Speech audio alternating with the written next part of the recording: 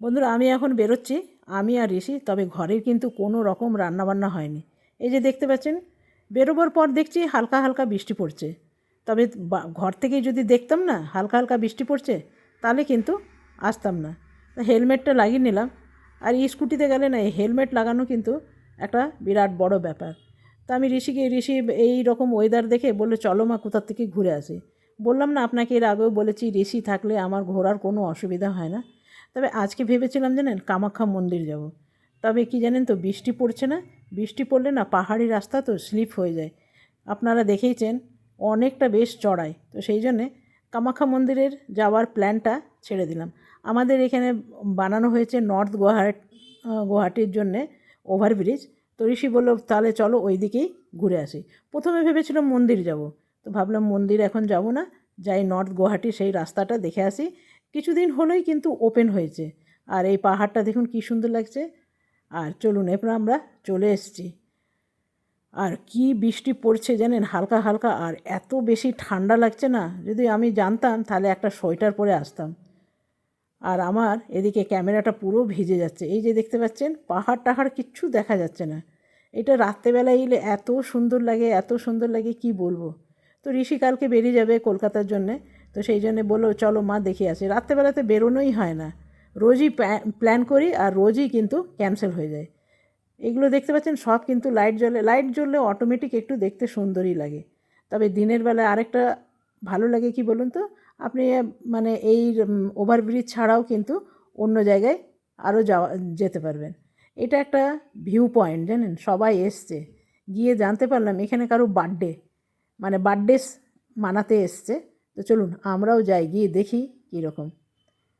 নিচে দেখলাম কনস্ট্রাকশনের কাজ চলছে, চলুন আপনাকে একটু দেখাই। এখানটা ভিউ পয়েন্ট বানিয়েছে, দাঁড়িয়ে গল্প টল্প করা যেতে পারে, বসা যেতে পারে। এই যে দেখুন কনস্ট্রাকশনের কাজ চলছে।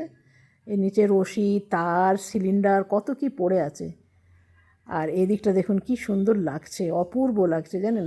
খালি চোখে এত সুন্দর লাগছে না, যা ক্যামেরাতে ধরা খুবই মুশকিল। কিছু কিছু জিনিস আছে জানেন, যা ক্যামেরাতে বন্দি করতে পারাটা খুবই মুশকিল হয়ে যায়। খালি চোখে যতটা সুন্দর লাগে। এরা এসছে এখানে বার্থডে মানাতে। কার বার্থডে আমি বুঝতে পারলাম না। এসছে 3-4 জন মিলে। কত সুন্দর লাগছে দেখুন, সত্যিই খুব সুন্দর লাগছে। এত ঠান্ডা লাগছে না, বিশ্বাস করবেন না। মনে হচ্ছে একটা জ্যাকেট পরে এলে বোধহয় ভালোই হতো।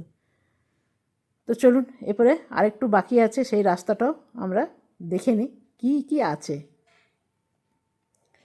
তবে বেশ ভালোই লাগলো জানেন। আগে কি হতো, এই ব্রিজটা যখন ছিল না তখন ফেরিতে করে যাওয়া হতো, রোপে করে যাওয়া হতো। এখন এই রাস্তাটা করে দিতে কিন্তু 5 মিনিটে যাওয়া হয়ে যায়। আগে ফেরিতে করে গেলে কি হয় জানেন তো, মানে বেশ অনেকক্ষণ সময় লাগতো। এখন তো স্কুটিতে খুব বেশি সময় লাগলোই না। আর এইটা হলো নর্থ গুয়াহাটি। আমরা নর্থ গুয়াহাটি পৌঁছে গেলাম। তবে এইখানকে এই পাড়াটা হলো পুরো অসমিয়া পাড়া। এখানে বাঙালি নেই বললেই চলে। খুব ভালো লাগে জানেন। এখানে ঋষির অনেক বন্ধুবান্ধব আছে, আর আমারও অনেক বন্ধুবান্ধব আছে। তো আজকে কারু বাড়ি যাব না, বুঝতেই পারছেন এখন ঠিক দুপুরবেলার সময় কারু বাড়ি যাওয়াটা ঠিক না। তো সেই জন্য ঋষিকে বললাম, চল এখানে ঘুরে নিয়েছি। আর একদম গ্রাম, দেখতে পাচ্ছেন এতটা ভালো লাগে কি বলবো, ভীষণ সুন্দর। গ্রাম জায়গাটাই আমার ভীষণ পছন্দের জায়গা। ফাঁকা ফাঁকা থাকে, নানা রকম গাছ থাকে। আর এই রাস্তাগুলো দেখুন, লাল মাটির রাস্তা। ঠিক আমরা যেটাকে বলি গুড়গুট বলি না, সেই গুড়গুট ফেলা আছে, মানে ছোট ছোট পাথরের টুকরোও আছে। বেশ ভালো লাগছে কিন্তু জানেন।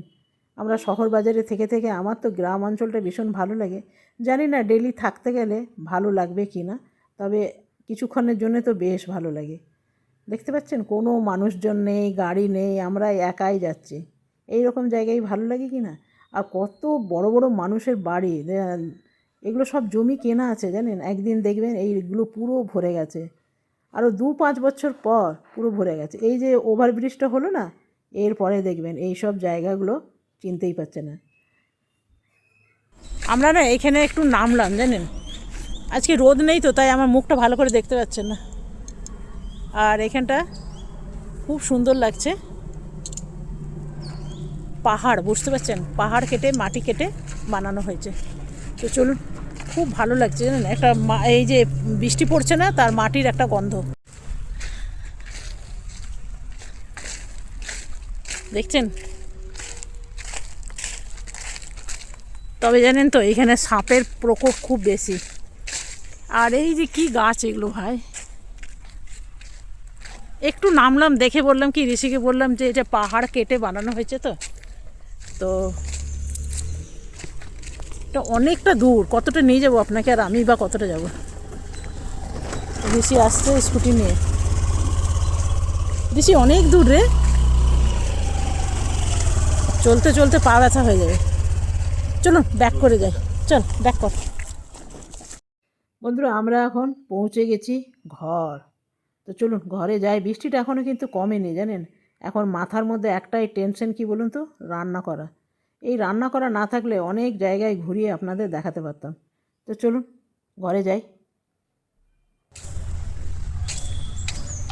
বাবা এটা না আমি খুলতেই পারি না। ঋষি এটা খোল।